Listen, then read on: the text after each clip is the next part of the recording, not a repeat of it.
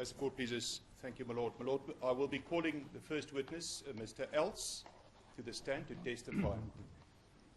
He's in the box. Thank you. English of Afrikaans?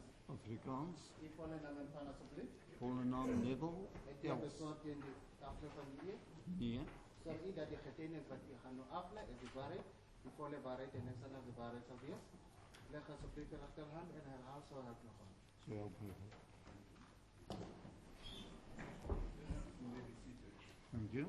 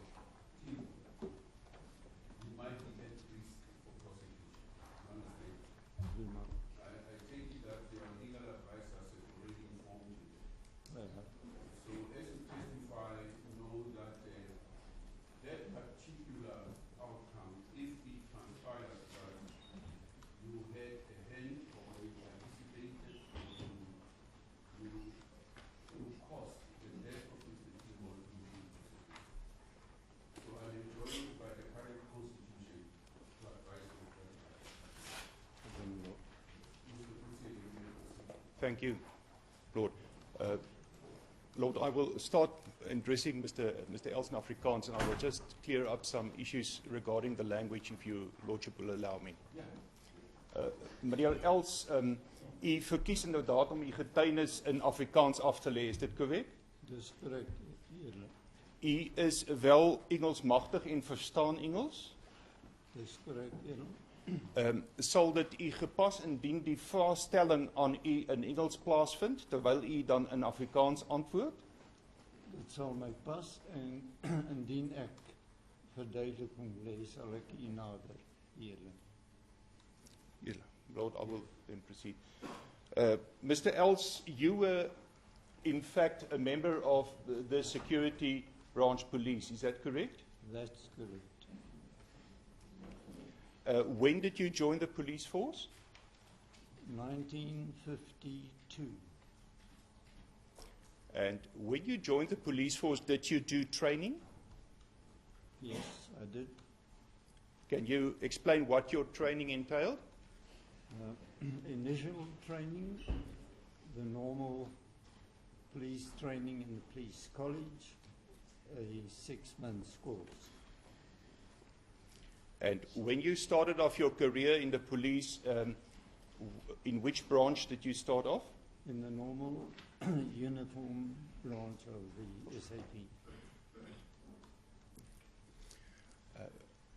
Did you do any specialized courses and trainings whilst you were in the police force?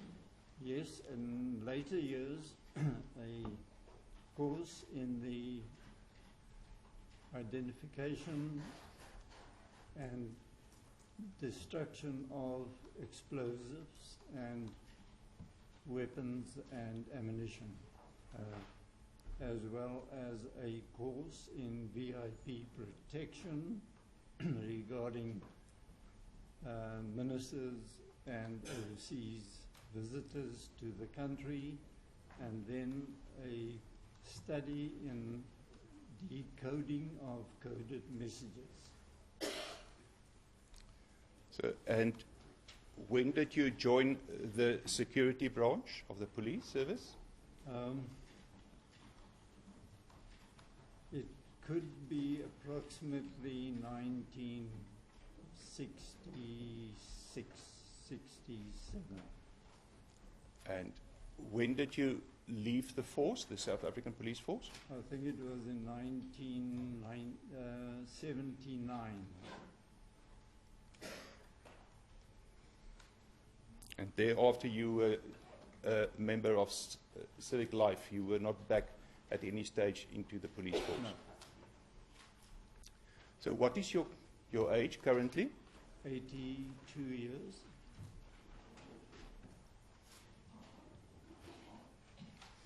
Mr. Else, in the security branch of the police force, what was your specific posting there?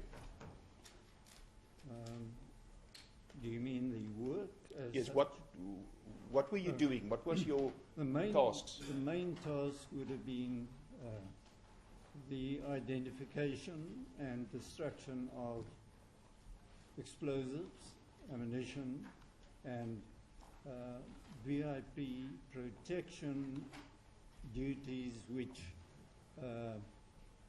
took me away from the office for periods, maybe a week, maybe two at a time. And by the time that you left the police force, what was your rank? I left the police as a captain. I resigned.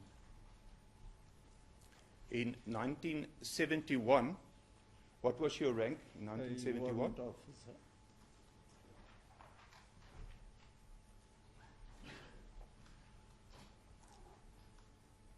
So you made a statement to the police in 1971 in relation to your involvement with Mr. Ahmed Timol.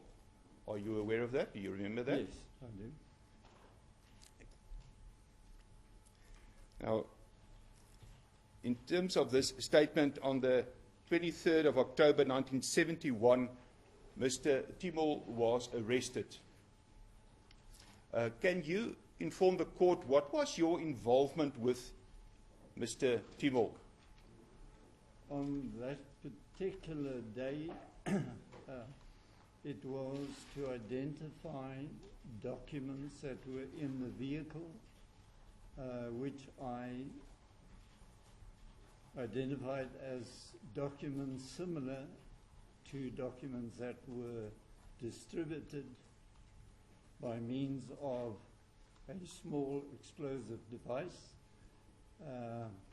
and thereby scattering the documents to eventually be blown around. How did it come about that you became involved in this matter?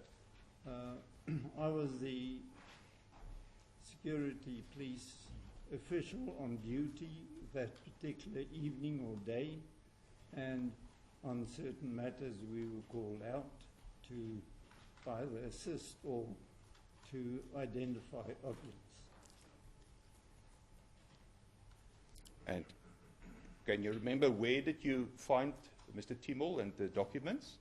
If I have to recall, according to my statement, it was at the Newlands police station.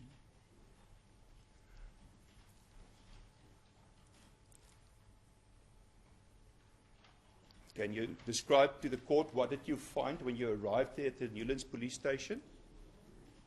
I cannot in detail, but I will say that there was a vehicle which was shown to me by the, I take it, arresting officers, and in the vehicle there was a container, a box with these pamphlets.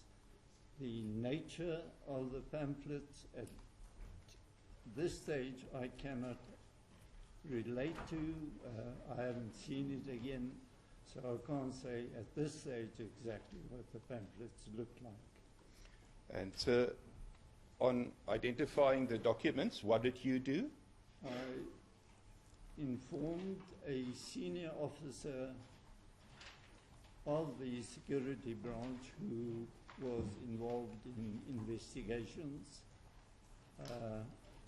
informed him of what was found, and from that stage he took over as far as the investigation is. Can you recall who this officer was that you contacted? If it's in my statement, I will say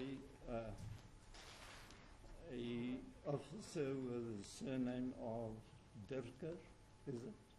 I'm not sure. I think his rank was a major, a captain. Yes, I can confirm, my Lord, it's not necessary to show him that it is Dirker. Remember, he served him, right? So after Captain Dirker, at that stage, arrived at Newlands Police Station, what was your further involvement with regard to Mr. Timol? No further involvement.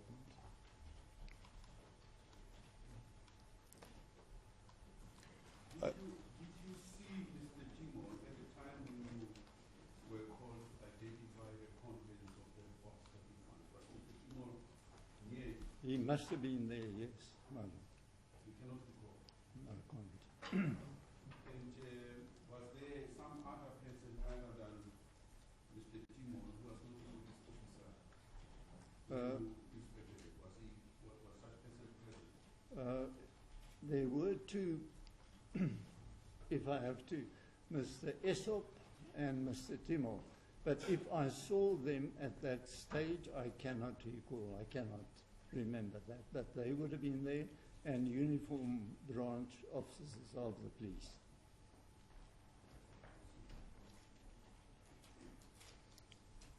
So as a general rule of your tasking at the security branch, were you involved in arrested persons after their arrest? No, no. I may have been involved when explosives or devices or code messages were found. I would have then been involved in just a observer, but not anything else. Did you yourself do any interrogation? I can't recall, no. Can't remember. Well, it's not only in terms of interrogation of Mr. Timol. Did you ever participate in the interrogation of any other detainee? Not in this particular case, my lord, or in general? In general. I would have, yes.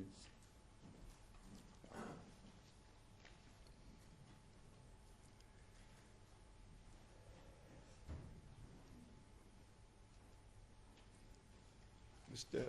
Else, it is common cause that Mr. Timol died after, well, he died on the 27th of October 1971. Are you aware of that? Were you at that stage aware of that? Yes. Of the specific date? No. It was common knowledge, but I did not go further into the matter.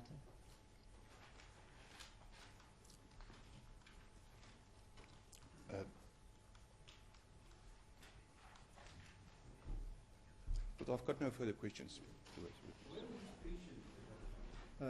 The John Foster Square, the police officers in Johannesburg. Now, we have evidence which states that, and this comes from a former member of the security police, that there was a general practice of calling in members of the security police, busy in other sections, come and assist with interrogation just to keep the detainee from taking any slip throughout. Did you participate in such interrogation? Not that I can recall, Lord. What I would say that during interrogations, or if interrogations took place, it would have been to obtain the information as soon as possible. if needed. Thank you, my lord. Yes. You say the policy was to obtain the information as soon as possible. Is it correct? That's correct. So working through the night would be no problem. If you have to work through the night, you will work through the night. Yes. Did you have offices at John Foster Square? I had an office, yes. Which floor? If I must recall, I would say on the 9th floor, near the entrance to the building, to the lift. I would have thought you were clear on that. Did you have an office on the 9th floor? Yes, but the exact office I cannot, how far down the passage that I cannot remember. You knew the policeman that gave evidence last week, Paul Erasmus. He worked under you, not so.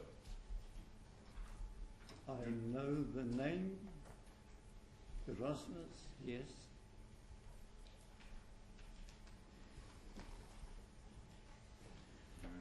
Before I'm asking you about teams that work together when a big fish was caught at that stage, you know the term strategic communication, STRACOM. Repeat the Afrikaans. STRACOM, strategische communicatie, Ja. Afrikaans, strategische communicatie, STRACOM, you know that. Yes, I would say I do. I want to get back to the first thing. At that stage, more or less 22 people were arrested in this swoop. It was a big operation, not so. It would have been, yes. You say it would have been. Wouldn't you have been roped in to come and help with this 22 people that had to be interrogated? I must say that I cannot recall that even. Let's see if we can jog your memory.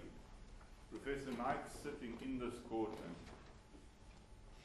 He was interrogated on the Saturday evening. His hands got paralyzed because the helicopter method was used for his torture. And there was a psychotherapist that assisted in this specific instance, Ayekun, because his one hand was totally paralyzed and he had to get treatment for that hand for a long time. And there was allegations of torture. And you made a statement in that specific allegation that you were involved in the interrogation of Professor Knight on that Saturday evening, from Saturday evening 9 o'clock till the next morning. Is it possible? I personally, at this stage, cannot recall it. But is it possible? The question was. But I was involved. Yes, and that you did an affidavit in this allegation is about torture, that you were involved in the questioning of Professor Knight. I may have asked him a question if I was involved. If it's in my statement, yes.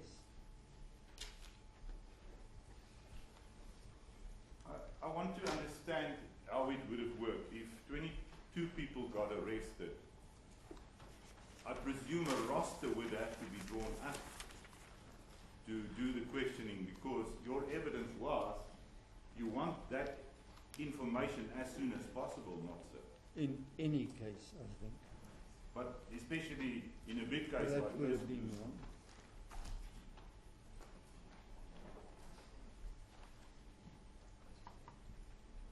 And what would happen to the detainees? Would they be held in the offices? During interrogation, Yeah.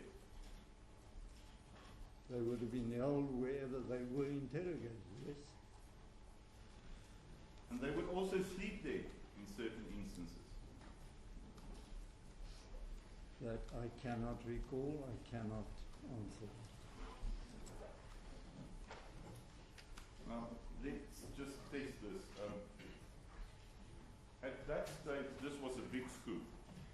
A main unit of the communists, the leader of this main unit got arrested, not so.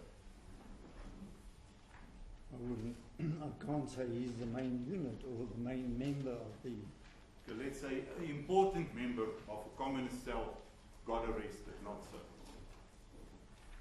a person was arrested at that stage. I cannot say if he was important or if he was a key member. He was arrested, and that's what I can say. Okay, and 21 other people also got arrested. If the number is correct, yes.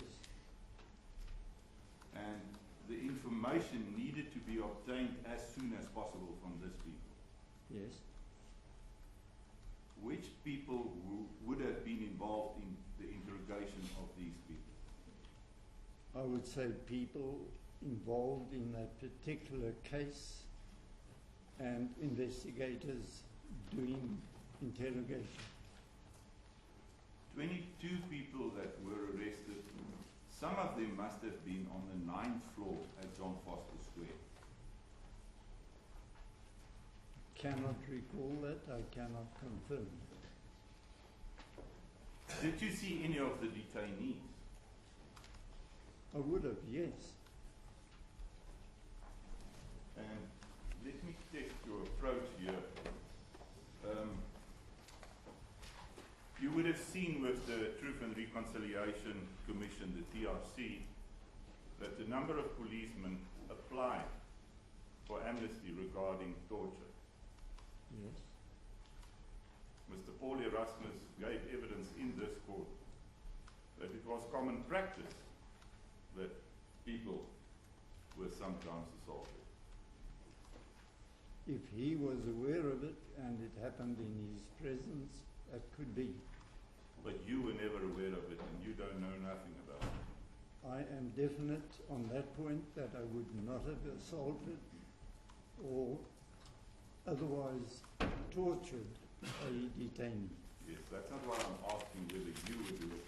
I'm asking whether you were aware of it. It was in media, in press, it was knowledge available. But from walking on the 9th floor, possibly doing a visit to the 10th floor, you've never observed anything of the sort. In the period that I did walk in the building and where interrogation was taking place, I cannot recall seeing it or knowing about it, although it was common knowledge. That's an interesting answer. If you say it was common knowledge that it happened, You mentioned that it was common knowledge. Yes, it's in the press, you hear it daily.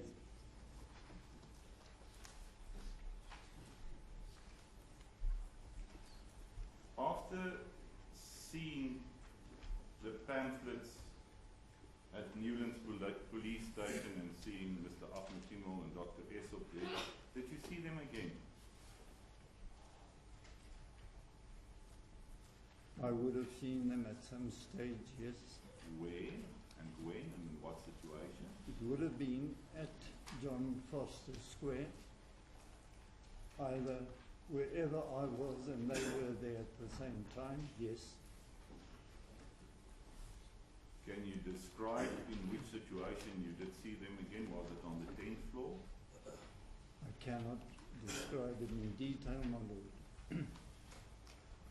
What is of interest to me, your field of expertise were explosives. That's correct. This also related to bucket bombs. That's correct. Bucket bombs is not necessarily meant to kill people, but to distribute pamphlets, not so. That's correct. And this exactly related to this case, Yes. and also coded messages. I cannot recall coded messages being involved in this case. I cannot. You were not involved in that. No. But as to the bucket bomb, you would have been involved. You were the explosive If expert. explosives were found, yes. You said explosives were found. No, if they were found, I would have been involved.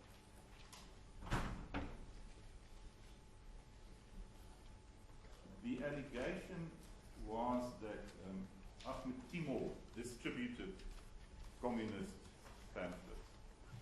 Were you at any stage involved in investigating that or looking at previous pamphlets and bucket bombs?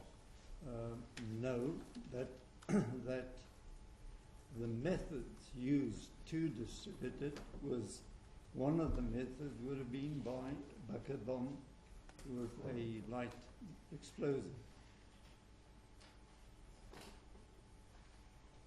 Now, after looking at the pamphlets in the Anglia, the yellow Anglia, where you looked at it and handing it over to the senior officer, were you at all involved in this 22 people and the interrogation?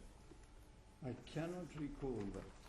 Is it possible that you were involved? Is it possible that you would have It's been possible, but I cannot at this stage say, yes, I was involved in the investigation. On the day Mr. Timol died, can you remember whether you were at John Fox's Square? Cannot.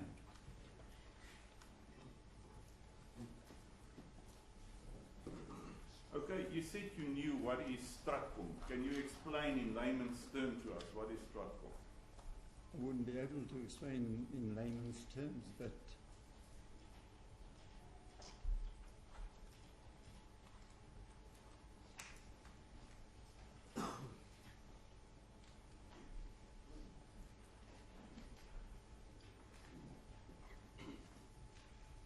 My lord, there's a file in regard to this specific witness that I didn't have sight of. Can I ask for a short adjournment that